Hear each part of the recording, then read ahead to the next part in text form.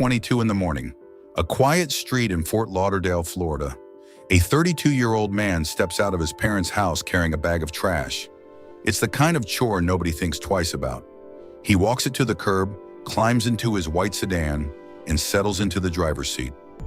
He never makes it out of the driveway. Seconds later, a figure steps out of the darkness, on foot. No hesitation. The man walks straight up to the driver's side window and opens fire. Again, and again, and again. Witnesses would later count as many as 9 shots. The window shatters. The shooter turns, runs back into the shadows, jumps into a waiting car, and disappears into the night. By the time police arrive, there's nothing left to save. The man is pronounced dead in the driver's seat of his own car, outside the home where he grew up. Welcome to Caught in the Web True Crime Stories. Kindly support us by subscribing to this channel and turn the notification icon. Flipping right now, a man is dead after a shooting early this morning. This one happened in Fort Lauderdale. And it happened while that man was sitting in his car. Local 10's Trent Kelly is live at that scene. You know you have some reaction from the victim's father, and there's some new surveillance video as well, right? Yeah, that's right. The 32-year-old victim in this case shot to death inside his own car, which was parked right here in front of his family's home. And new at noon, I want to show you a piece of surveillance video that we just obtained from a neighbor showing the shooter getting out of a car before running up and opening fire. Take a listen.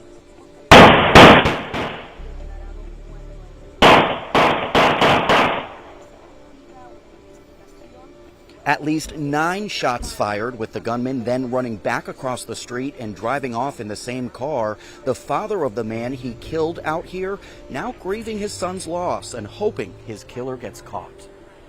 Very devastating. We understand that, and like I told you, but I try to be strong. A heartbroken father mourning the loss of his son. Life goes on. It's done. But I try. I try. 32-year-old Mike Menard shot to death inside his car overnight, parked right outside his family's home. Surveillance video shows Menard walking to that car minutes before he was shot and killed. Fort Lauderdale Police flooding the Lauderdale Manors neighborhood after responding to a ShotSpotter alert around 4:20 this morning. Officers finding Menard suffering from a gunshot wound inside his white Buick parked along Northwest 13th Court. Our cameras capturing at least 3 bullet holes in the driver's side window. A truck parked next to it also hit by gunfire. The sound of the shots startling neighbors. We were scared. We had turned off all of our electronics because we didn't know where it was coming from. Like, it sounded really close. Overnight, homicide detectives searched the street. Canine units also sweeping the scene after daybreak. Last week, Menard's father says someone set fire to his home's plants and just days later fired shots at the house. We heard that at night, but we cannot come out to see. So when we call police, they come in here, they take pictures. He describes his son as a bright young man who ran with the wrong crowd. He's now left wondering if last week's incidents could be connected to his son's killing. He went to university. The guy is knowledgeable than me. I didn't reach that level. I can't tell him, hey, I talk to you and you listen. His name was Mike Menard. To his family, he was a son and a father. To tens of thousands of strangers on the internet, he was somebody else entirely. A chaotic, foul-mouthed online troll known as the Rabbit Guy, a man who built a following by insulting anyone and everyone who crossed his timeline. And when the news broke that he'd been gunned down execution style outside his own house, the internet didn't just mourn him. It started asking a much darker question. Did his online life get him killed? This is the story of Mike Menard, a college graduate, a devoted dad, and one of the internet's most notorious shitposters, and the pre-dawn ambush that ended his life. As of this recording, the case remains unsolved, and the man who pulled the trigger is still out there. Before he was a viral name, Mike Menard was just a kid trying to build a better life than the one he was born into. He came into the world in Haiti and was brought to the United States when he was only 3 years old, settling with his family in Fort Lauderdale's Lauderdale Manors neighborhood. His father, Philippe Menard, would later describe him as sharp, a kid who paid attention, who wanted more. That drive showed. Mike made it through Fort Lauderdale High School and kept going, enrolling at the University of Central Florida, where he earned degrees in criminal justice and legal studies. For a lot of immigrant families, that moment, the first child to walk across a college stage, is the whole point, the reason for the sacrifice. And by every account, Felipe was proud of what his son had built. Mike went on to work as a licensed insurance agent, selling health coverage. He became a father to a little girl. Those who knew him described a man who, underneath everything else, loved being a dad. But somewhere along the way, a second version of Mike Menard started to take shape. One that had nothing to do with insurance policies or his daughter's bedtime. One that lived entirely online. On X, formerly known as Twitter, Mike operated under the handle at son_imsleep. Online, people knew him as the Rabbit Guy, or That Rabbit Guy, and he built an audience of roughly 56,000 followers on a very specific kind of content: chaos. He picked fights, he hurled insults, he went after public figures, other online personalities, and total strangers with equal enthusiasm, seemingly unbothered by who he made angry. Some of his posts crossed into genuinely ugly territory. It was the kind of account that thrives on engagement. Every reply, every quote, tweet, every dog pile just fed the algorithm and grew the following. To some, he was entertainment, internet chaos incarnate, the guy you followed because you never knew who he'd target next. To others, he was simply exhausting, a troll who mistook cruelty for comedy and never seemed to face consequences for it. Except according to people who knew him, there may have been consequences building in the real world. Trolling on a screen is one thing, but words don't always stay contained to a timeline. Sometimes they follow you home. In the weeks before Mike Menard was killed, his family's home became a target. Someone set fire to the landscaping outside the house. Then, in a separate and far more alarming incident, shots were fired directly at the property. The home Mike shared history with, the home where his parents still lived, the home he would eventually die outside of. His father later connected the danger to Mike's personal life, telling reporters that his son had recently fallen in with what he called the wrong crowd. By some accounts, Mike had also failed a drug test and lost a job in the period leading up to his death. Whether any of that was tied to his online persona, to a personal dispute, or to something else entirely has never been confirmed by police. What's undeniable is this: someone had already tried to send a message to that house before the morning of July 8th. And that morning, the message escalated from arson and gunfire at a building to a bullet aimed directly at a person. It was a ShotSpotter alert that first brought Fort Lauderdale Police to the 1300 block of Northwest 13th Court, just before 4:30 in the morning. Officers arrived to find a white sedan parked outside the Menard family home, its driver's side window blown out, riddled with bullet holes. A nearby truck had also caught stray rounds. Inside the car, in the driver's seat, was Mike Menard. Surveillance footage from the property captured almost the entire sequence. Mike steps outside, drags the trash to the curb, walks back through the gate, and gets into his car. A completely unremarkable moment, the kind that plays out on driveways across America every single day.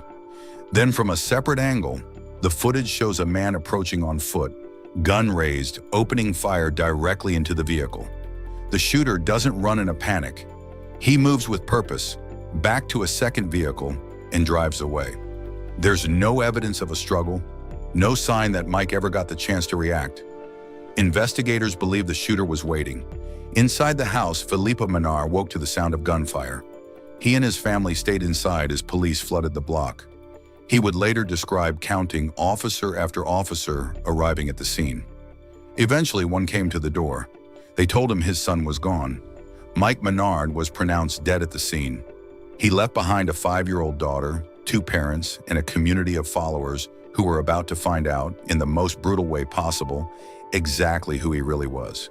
Homicide detectives took over the case almost immediately, and the circumstances pointed towards something far more calculated than a random robbery or a drive-by gone wrong. A gunman approaching on foot, in the dark, waiting for his target to be alone and isolated. That's not the profile of an opportunist. That's the profile of someone who knew exactly where Mike Menard would be and when. A Broward County man with a history of provocative tweets was found dead, and now people are saying this could be a Twitter assassination. Let's get into it. So the gunshot victim was 32-year-old Mike Menard, who's a father to a 5-year-old daughter and a known tweeter. So he was parked right outside his family's home in the Lauderdale Manors neighborhood early Wednesday morning when someone opened fire. Now, he was found in the driver's seat with multiple bullet holes in his window, and he died at the scene. Now, I know that's probably something that seems like an everyday occurrence, but what's got people talking is the fact that he was known for his wild and provocative tweets. He attacked pretty much everyone. He did not leave any stone unturned, as you can see in these tweets. Now, people online are pointing to his infamous Twitter beefs as a possible motive, but authorities haven't confirmed any link between his online beefs and his death. His father, Felipe Menard, told Local 10 News that this wasn't the first incident, all right? Someone set fire to the family's plants last week, and days earlier, shots were fired at the family home. Now, he described his son as a bright university graduate who just ran with the wrong crowd and admitted that he couldn't tell his son what to do. Now, reception about the news of his death, it's been mixed, honestly, y'all. The people he spent the last few years attacking are celebrating on Twitter. However, there are people that are, of course, mourning his death. Either way, at the time of this video, there is no clear evidence linking his shooting to his infamous Twitter beefs. This is Monique with the Black Belt Daily, signing out. Investigators collected Mike's phone from the family in hopes of retracing his final days, who he'd been talking to, what disputes might have been simmering beneath the surface. As of the most recent reporting, no arrests have been made and no official motive has been confirmed by Fort Lauderdale Police. Online, the theories didn't wait for confirmation. Within hours of the news breaking, Mike's identity as its son_M Sleep spread across social media and speculation exploded. Some pointed directly at his years of online beefs, convinced one of his targets had finally decided to settle the score in person. Others sided with his father's account, that this was about street-level conflict, unrelated to anything he'd ever posted. The truth is, as of this recording, nobody outside of the investigation actually knows. Both threads remain open, and that uncertainty is exactly what's kept this case circulating online for weeks. Anyone with information is asked to contact Fort Lauderdale Police or Broward County Crime Stoppers at 954-493-TIPS. A cash reward is available, and tips can be submitted anonymously. There's something that keeps pulling people back into this case, and it isn't just the violence. It's the collision between two completely different versions of the same man. Offline, Mike Menard was, by every account that matters, a success story. An immigrant kid who became the first in his family to graduate college. A man with a stable career and a daughter he adored. That's the version his father grieves. Online, he was something else. A persona built entirely on provocation. One that thrived precisely because it had no filter and no apparent fear of blowback. And that's the uncomfortable tension at the center of stories like this one. Platforms like X don't just allow that kind of behavior. They often reward it. Outrage drives engagement. Engagement drives followers. Followers become identity. The angrier and more chaotic the account, the more it grows. And the harder it becomes to separate the person typing the words from the character they've built.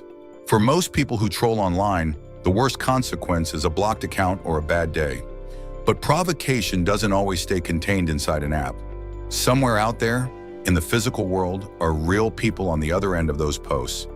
People with their own tempers, their own histories, their own capacity for retaliation. Most never act on that anger. It only takes one who does.